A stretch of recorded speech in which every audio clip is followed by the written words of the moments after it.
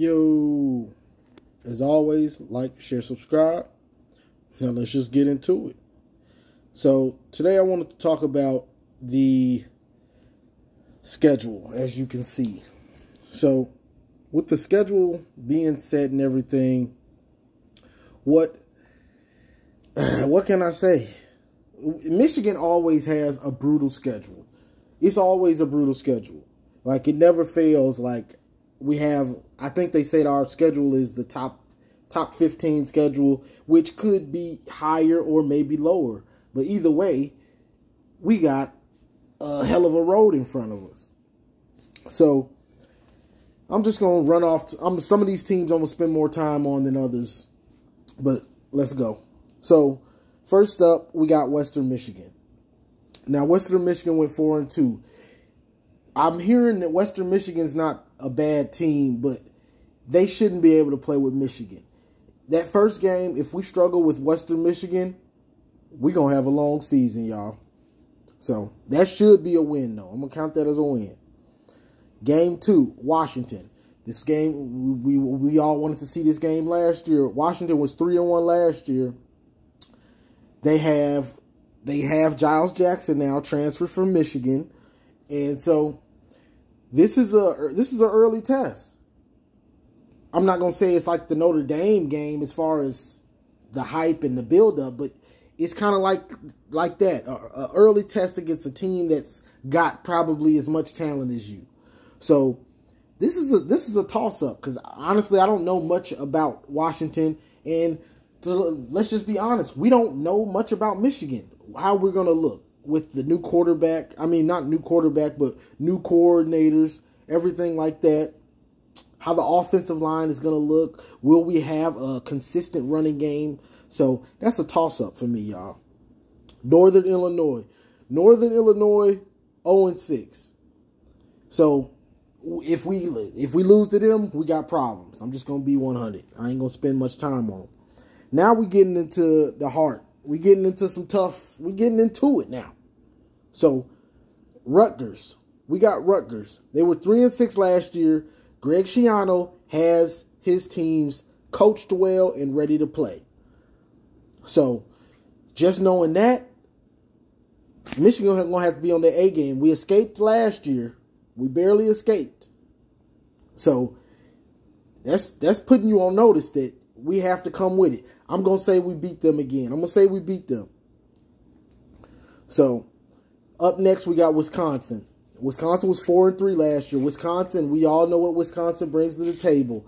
Strong offensive line, good running game. But now, this is the thing that Wisconsin might be scary in the future. Because Graham Mertz is a pocket passer. He is a good prototypical pocket passer. I think he was the #1 pocket passer coming out of high school in 2019, I guess. This dude can shred you. Like, he can. So what worries me now you have to be balanced. Now Wisconsin has that balance. So they got a good quarterback that can make the throws, and I'm not sure about who's the running back this year, but they just plug and play running backs most of the time. So we'll see. That one, we might lose to them, honestly. We might lose to Wisconsin. Now, Nebraska's up next. Nebraska's 3-5 last year. Scott Frost, he's got some, I believe they might be going on probation. That ain't going to affect the game or anything, but I'm just saying it. Adrian Martinez is the quarterback. This dude is explosive. He's yet to put it together. When I saw him as a freshman, I thought, oh boy, but he can't seem to put it together. So we should be able to beat them. Nebraska, we should be able to beat. Also, McCaffrey transferred. They had one of the McCaffrey brothers, and he is nice. He transferred to Louisville. So we don't have to worry about him and Adrian switching in and out at quarterback and running back. So I'm glad. Now, Northwestern, another well-coached team. Pat Fitzgerald, great coach. has his team prepared. We've escaped a lot of games against Northwestern, honestly. We've escaped quite a few games from them. They probably should have beaten us multiple years recently and like the last 10 years or so. But let's see. They had Peyton Ramsey. He's gone. Thank you. Because that was a seasoned quarterback. What was he in? Year 4 or 5? He was seasoned. I'm glad he's gone. Good riddance. I don't want to play him. Because having a good quarterback that's seen pretty much everything since he's been playing so long and being on a well-coached team, that's trouble. So I'm gonna say we beat Northwestern. Now we got Michigan State. We got Michigan State, y'all. I got one word for this. Revenge. Revenge. That's what it has to be. Get it back done. Get it done. It has to be done.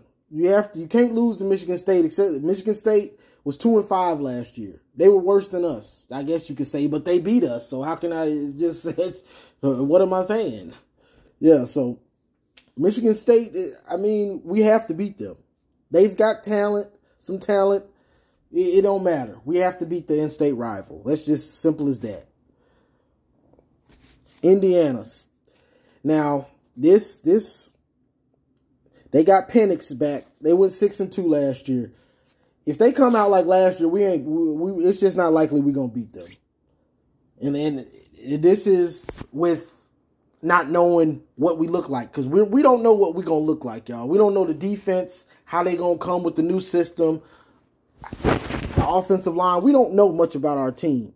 So if I'm just saying what I have to say, we probably gonna lose to Indiana.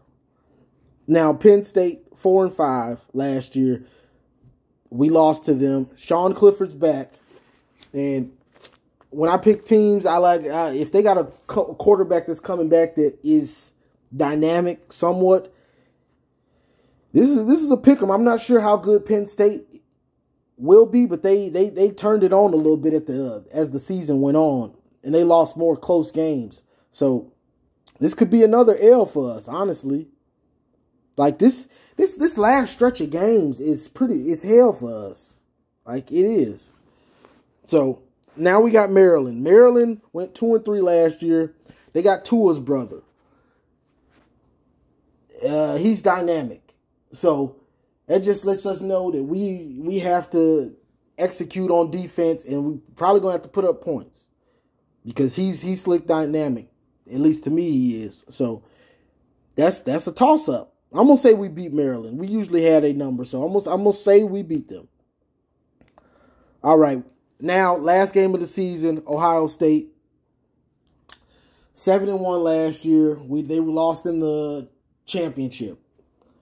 Need I say more? If I just got to pick now, I'm going to say we lose. But, I mean, it's Ohio State, y'all. So let's just hope we can compete and see how the season goes. I don't even really want to make a pick. It's Ohio State, y'all. I mean, what can I say? So if I'm tallying up all these wins and losses, let's see. 1, beat Western, that's 1. Washington, I'm going to give us 2. Northern, 3. Rutgers, 4. Nebraska, 5. Northwestern, 6. Michigan State, 7. Now, Indiana, Penn State. I'm going to say probably 8 wins, y'all. That's just me, and that's me being a little biased. I'm not sure. Our schedule it's like we always have a murderer's row. But this is what I'm going to say about this. Who on the team is going to take it upon themselves to say, let's get revenge? Who wants to see a revenge tour? Who wants to see a revenge tour? Did we not enjoy that? Was that not enjoyable? What was that, 2018? That run was awesome. everybody picking against us, the teams we lost to last year and all that.